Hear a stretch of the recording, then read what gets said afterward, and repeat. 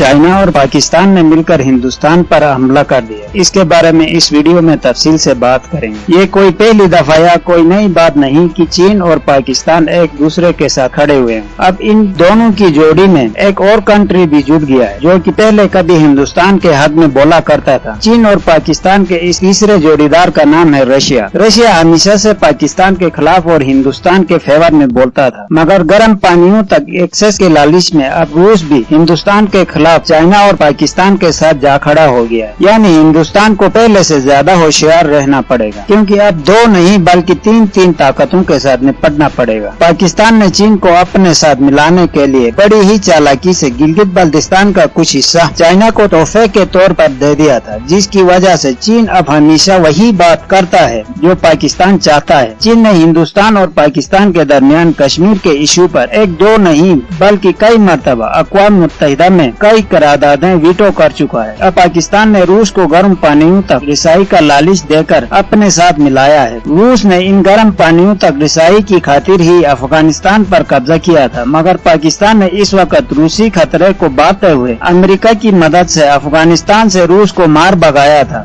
जिसके बाद Soviet union टूट फूट का शिकार हुआ था और कई ममालिक ने आजादी का ऐलान किया था। अपनी माजी की इन कड़वाहटों को भुलाकर Russia China Pakistan economic corridor में पाकिस्तान और चाइना का हाथ थाम चुका है। अब जब दोस्ती का हाथ बढ़ाया है तो दोस्ती निभानी भी पड़ेगी, जिसकी मिसाल रशिया और पाकिस्तान आर्मी के मुश्तरका मशकों से लगाया जा सकता है। और इस चाइना पाकिस्तान इकोनॉमिक कॉरिडोर का सहारा लेकर पाकिस्तान एशिया की इन तमाम ताकतवर देशों से अपने संबंध बढ़ा रहा है जो कभी इनके साथ नहीं थे, जैसा कि सऊदी अरबिया। एक मुसलमान कंट्री होने के बावजूद पाकिस्तान के हक में बहुत कम और अमेरिका के हक में ज्यादा बोलता था, मगर चाइना पाकिस्तान इकोनॉमिक कॉरिडोर में चाइना के बाद सऊदी अरबिया सबसे बड़ा इन्वेस्टर है और सऊदी अरबिया पाकिस्तान के ग्वादर में एक ऑयल सिटी कायम करने की ख्वाहिश जाहिर कर चुका है। इसके अलावा वो पाकिस्तान हिंदुस्तान के देरीना दोस्त ईरान के साथ भी अपने तिजारती ताल्लुकात इस हद तक बढ़ाने की कोशिश कर रहा है। ईरान कम अज कम हिंदुस्तान और पाकिस्तान के मामलों में अक़वाम मुत्तहिदा में न्यूट्रल रहे, क्योंकि ये कॉमन सेंस की बात है। अगर ये सारे कंट्रीज पाकिस्तान में इन्वेस्टमेंट्स करेंगे और इनके मुफादात हिंदुस्तान के निस्बत पाकिस्तान से ज्यादा जुड़े होंगे तो वो अपने मुफादात को मद्देनजर रखते हुए हिंदुस्तान के बजाय पाकिस्तान के हक में बोलेंगे और पाकिस्तान और चीन को हिंदुस्तान को